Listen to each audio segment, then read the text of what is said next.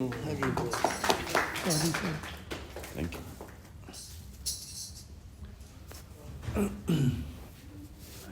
तो महाभारत ग्रंथ के बारे में तो सबने सुना है, राइट?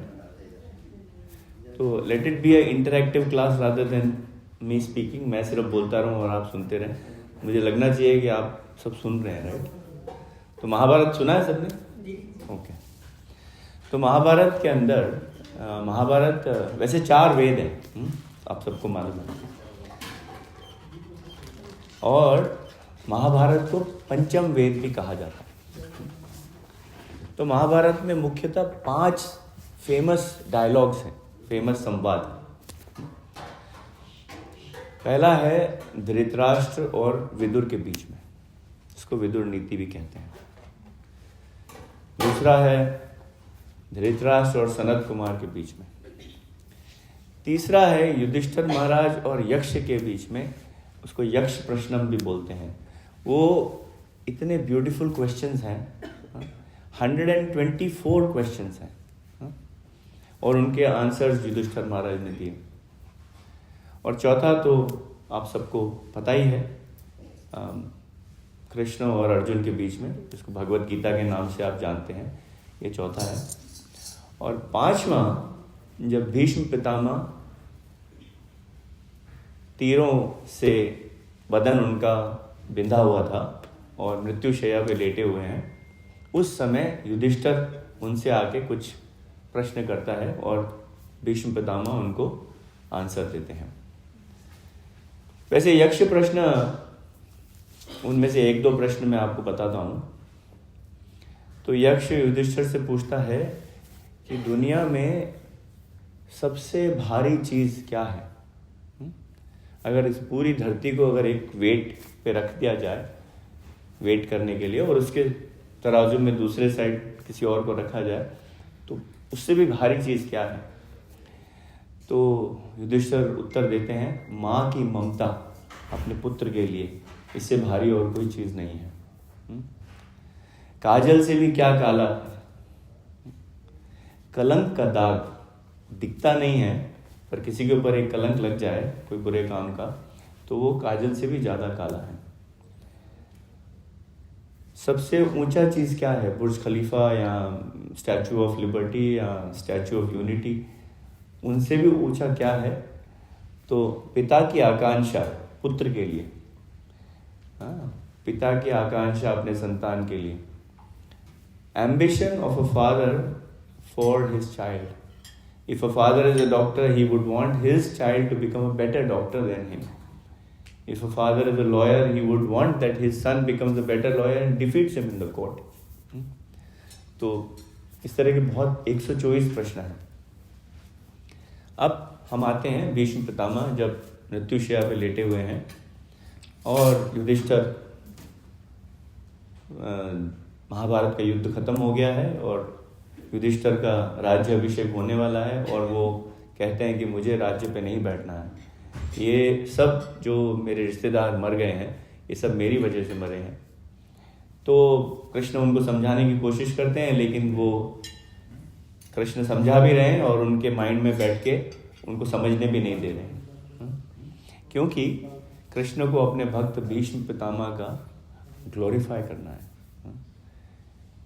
कि पूरे संसार में भीष्म पितामह जैसा भक्त कोई और नहीं है, कोई और महाजन नहीं है, उनके जैसा कोई महापुरुष नहीं है। उनकी ख्याति होनी चाहिए, उनका नाम होना चाहिए। इसीलिए कृष्ण युधिष्ठिर को भीष्म पितामह के पास लेके गया।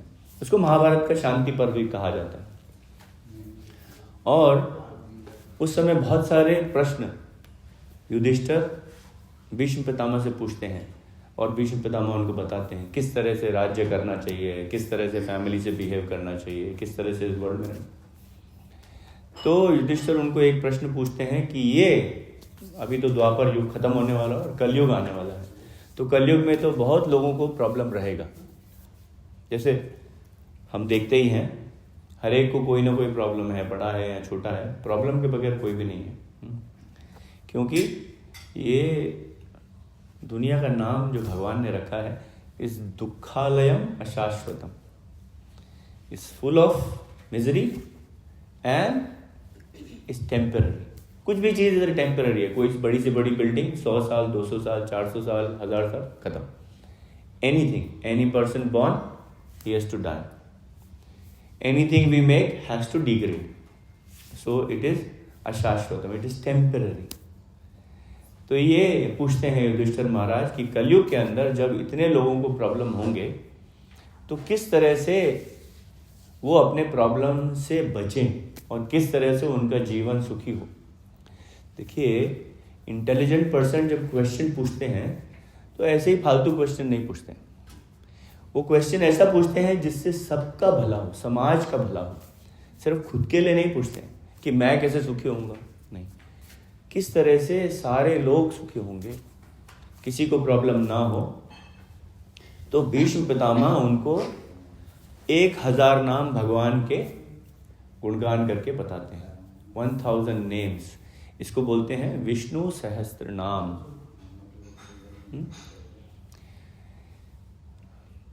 श्रीरंगम एक एरिया है साउथ इंडिया में, वहाँ पे अभी एकादशी 2-3 दिन पहले हुई, तो आपने सुना होगा ये देव उठानी एकादशी। मतलब भगवान 4 महीने के बाद उठते हैं। तो भगवान क्या सोते हैं क्या? हाँ, लेकिन भगवान की ये लीला है। हाँ, भगवान की लीला अनेक लीला है। हम सुनते हैं कि कभी आपको कोई कथा बताते हैं तो बोला इसको कोई श्राप दे दिया है, कर्स दे दिया। एक्चुअली श्राप इसीलिए दिया जाता है कि वो एक भगवान की लीला होती है। जिस तरह से वो श्राप दिया जाए और उसके ऊपर एक लीला हो और उस लीला का हम गुणगान करें। तो भगवान की ये लीलाएं निरंतर चलती रहती हैं, अभी भी किसी न किसी लोक में कहीं ना कहीं चली रही हैं। अनंत हरि कथा अनंता। हरि इनफाइनाइट है, भगवान इनफाइनाइट है, और उनकी कथाएं भी जो हैं, उनके जो लीलाज भी हैं, वो इनफाइनाइट है। Every time, every moment there is something or the other happening, if not in this world, in some other world, in some other world, in some other world. So वो उनको कहते हैं कि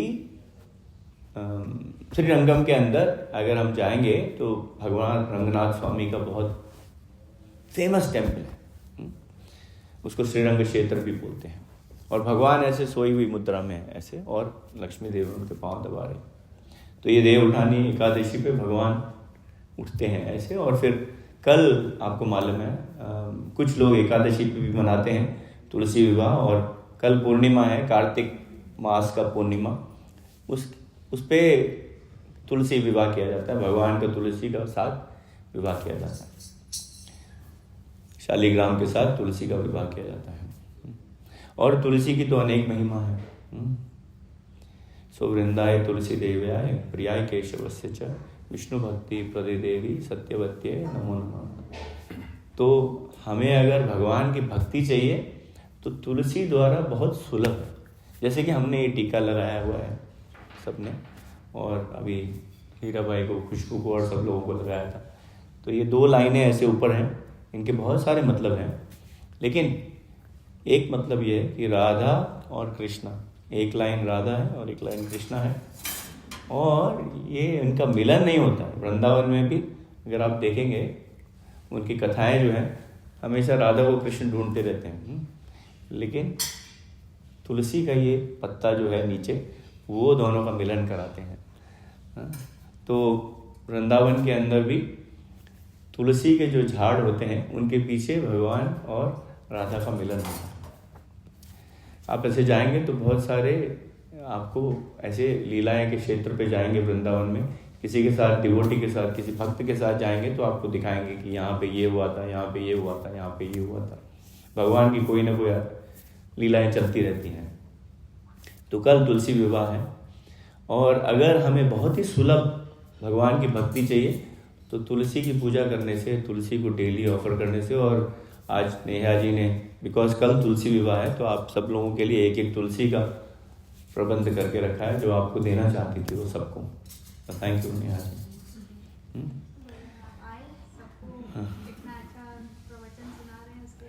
सो श्रीरंगम क्षेत्र के अंदर भगवान रंगनाथ स्वामी हैं, उनको डेली भोग लगता है। तो एक ऐसे ही भक्त की कथा है। एक बहुत ही गरीब ब्राह्मण था, वो डेली आता था रंगनाथ मंदिर में, प्रसाद लेता था। लेकिन वो सबको बड़ा परेशान भी करता था। खुद तो लेता था, धक्का मुक्की करता था, सबसे पहले वो पहुंचे और 4-5 कंटेनर भी लेके आता था। उसमें बोले मेरे को इसमें भी प्रसाद चाहिए। तो भक्त लोग जो हैं, जो श्री रंग के वहाँ प्रसाद डिस्ट्रीब्यूशन करते थे रंगनाथ स्वामी का, वो बहुत परेशान थे। तो उन्होंने एक बार जाके कंप्लेन किया रामानुजाचार्य जी को कि ये ऐसा एक भक्त है जो सबको परेशान करता है। तो रामानुजाचार्य जी गए, एक दिन उनसे मिले और उन्होंने उसको बोला कि ऐसा क्यों करते हो, प्रसाद तो सबके लिए है। बोला नहीं, मेरे घर पे मेरे 6 बच्चे भी हैं, अगर मैं नहीं ऐसे लूँगा तो प्रसाद खत्म हो जाएगा, फिर मुझे मेरे बच्चों के लिए नहीं मिलेगा, मेरे बच्चे तो भूखे सोएंगे। तो रामानुजाचार्य ने उनको बोला कि तुम्हें विष्णु सहस्त्र नाम पता है? तो उन्होंने कहा मुझे तो सिर्फ 2 लाइनें ही पता है, आगे की 1000 नाम भगवान के हैं। और जब लोग स्टूडेंट लोग बोलते हैं, आप मोटिवेशन लेक्चर सुनते हैं, you should do it today, you should do it tomorrow, like this, you know, they keep on doing, they saying like this. But सबसे अच्छा मोटिवेशनल लेक्चर अगर आपको सुनना है तो विष्णु सहस्त्र नाम आप गूगल करेंगे, आपको यूट्यूब पे बहुत मिल जाएंगे विष्णु सहस्त्र नाम चैंटिंग, आप सुनिए और ऑटोमेटिकली वो मोटिवेशन है। किसी का माइंड, स्टूडेंट का कंसंट्रेशन में प्रॉब्लम है, विष्णु सहस्त्र नाम सुनिए, वो बहुत हेल्प करेगा। जीवन के सारे कष्ट नष्ट करते हैं विष्णु सहस्त्र नाम। तो रामानुजाचार्य उनको बोलिए, बताइए क्या आपको याद है? तो उन्होंने कहा ओम विष्णु विश्वम वशत्कारो भूतकृत, ऐसा बोल के भूतभृत बोला, मुझे इतना ही याद है। सो रामानुजाचार्य ने बोला मैं तुम्हें, अभी तुमने एक नाम लिया भूतभृत, ओके, भगवान का, तो उसका मतलब क्या है? तो उन्होंने बताया रामानुजाचार्य ने उनको कि ये भूतभृत का मतलब है जो सबको फीड करते हैं, जो सबको नरिश करते हैं, जो सबका पेट पालन करते हैं, ऐसे भगवान विष्णु हैं। इनका एक नाम भूतभृत है। भगवान के जितने भी नाम हैं वो कोई ना कोई मीनिंग है, बिना नाम के, बिना मीनिंग के कोई भी भगवान का नाम नहीं है। जैसे भगवान का नाम है गोविंद, तो भगवान का नाम को गोविंद का मतलब गो मतलब गाय, और गायों को आनंद देने वाले गोविंद। इस तरह से गोपाल, गौओं को पालने वाले गोपाल। भगवान का विष्णु सहस्त्र नाम में एक नाम है निमिष और दूसरा नाम है अनिमिष। तो निमिष कैसे? निमिष जैसे हम लोग, हमारी आंखें ऐसे हमेशा पलकें ऊपर नीचे होती रहती हैं, तो भगवान का एक नाम ये भी है कि उनकी पलकें भी ऊपर नीचे होती रहती हैं हमारी तरह, निमिष। और अनिमिष, अनिमिष मतलब जिसकी पलकें नहीं झपकती हैं, ऐसे एकटक दिखते रहते हैं भगवान। तो इसका मतलब क्या है कि अनिमिष तो ऐसे है भगवान कि आप उनके भक्त हैं। एक छोटा सा अच्छा काम कर दिया आपने, किसी को एक खाना खिला दिया भक्त को, एक छोटा सा काम, वो भगवान ऐसे मिस नहीं करते हैं, देखो मेरे भक्त ने कितना अच्छा काम किया। और अगर आप जाने अनजाने में कोई गलती करते हैं तो भगवान का नाम निमिष है, ऐसे आंख बंद कर लेते हैं। बच्चा कभी गलती करता है तो चलो ठीक है, I forget it, I close my eyes. ऐसे भगवान मर्सीफुल है, भगवान इतने दयालु हैं और भगवान हम सबसे प्रेम करते हैं। Problem is we don't reciprocate, हम भगवान को प्रेम नहीं करते हैं। तब फिर भगवान बोलते हैं कि हम फिर कंप्लेन करते हैं भगवान को कि मुझे ये प्रॉब्लम है, मुझे ये प्रॉब्लम है, मुझे ये प्रॉब्लम है। तो आप भगवान को याद करेंगे तो भगवान क्या करेंगे? याद को उल्टा कीजिए, दया करेंगे। तो भगवान को याद कैसे करेंगे? बहुत सिंपल है। अभी आया भक्तों ने गाया हरे कृष्णा, एवरीबॉडी हरे कृष्णा कृष्णा कृष्णा हरे हरे, हरे राम राम राम हरे हरे। तो रंगनाथ स्वामी ने उनको कहा कि आज से आप जाइए, रामानुजाचार्य ने उनको कहा कि आज से आप जाइए, वो गरीब ब्राह्मण को अपने घर पे बैठिए, 108 बार भूतभृत का डेली जाप करिए, 108 टाइम्स ओनली। एक ही वर्ड, आपको एक ही वर्ड आता, एक ही वर्ड, नो प्रॉब्लम। तो ये ब्राह्मण डेली आते थे और उन्होंने जैसे रामानुजाचार्य जी ने बोला वैसे उन्होंने चैंटिंग शुरू किया। 2 3 4 दिन 1 हफ्ता हुआ, उसके बाद में वो ब्राह्मण आना बंद हो गया, टेम्पल आना बंद हो गया। लेकिन अभी भक्त लोग देखते हैं कि भगवान को जो हम भोग लगाते हैं, जब भगवान को भोग लगाते हैं फिर वो पर्दा लगाते हैं, दरवाज़ा बंद करते हैं, जैसे भगवान को भोग लगता है।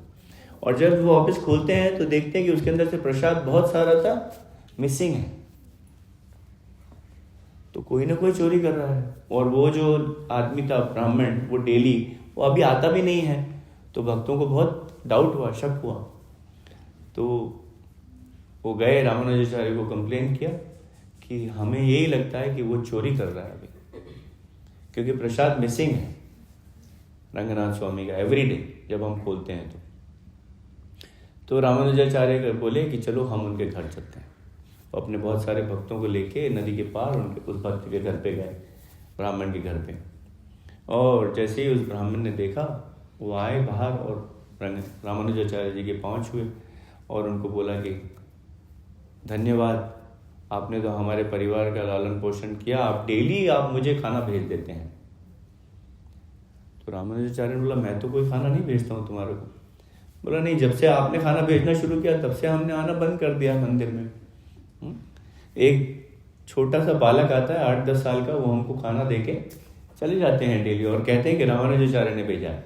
ओके, तो अब देखिए रंगनाथ स्वामी खुद अपने भोग में से उस ब्राह्मण के लिए चोरी करके खुद वहाँ डिलीवरी करते थे। एक भगवत गीता में एक श्लोक है, कृष्ण अर्जुन को कहते हैं अनन्यास चिंतयन्तो माम ये जनाः पर्युपासते तेषां नित्यभियुक्तानां योगक्षेमं वहाम्यहम्।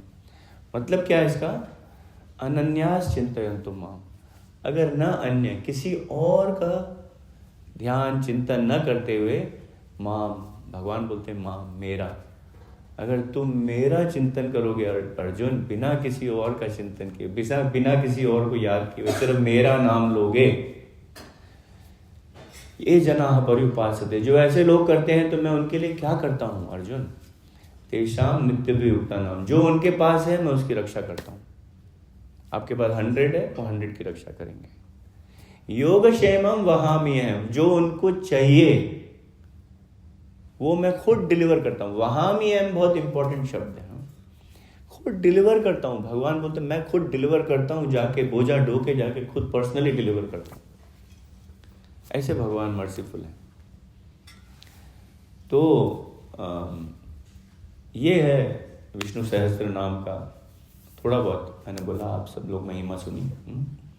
और कल जैसे मैंने आपको बताया कि तुलसी विवाह है, तो तुलसी के बारे में और भी कहा गया है, अकाल मृत्यु हरणम सर्व व्याधि नाशनम। आप तुलसी के पत्ते डेली भगवान को ऑफर करके खाइए तो सर्व व्याधि नाशनम, जितनी भी बीमारियां शरीर में हैं इट फिनिशेस, सर्व व्याधि नाशनम। अकाल मृत्यु हरणम, व्हाट इज अकाल मृत्यु? अकाल है, जैसे कोई प्लेन एक्सीडेंट के अंदर आदमी मर जाता है, किसी का एक्सीडेंट हो जाता है, आदमी सडनली रोड पे चलते चलते मर जाते हैं। वो जो तुलसी डेली भगवान को ऑफर करके खाते हैं उनका अकाल मृत्यु नहीं होगा। ये हमारे शास्त्रों में कहा गया है।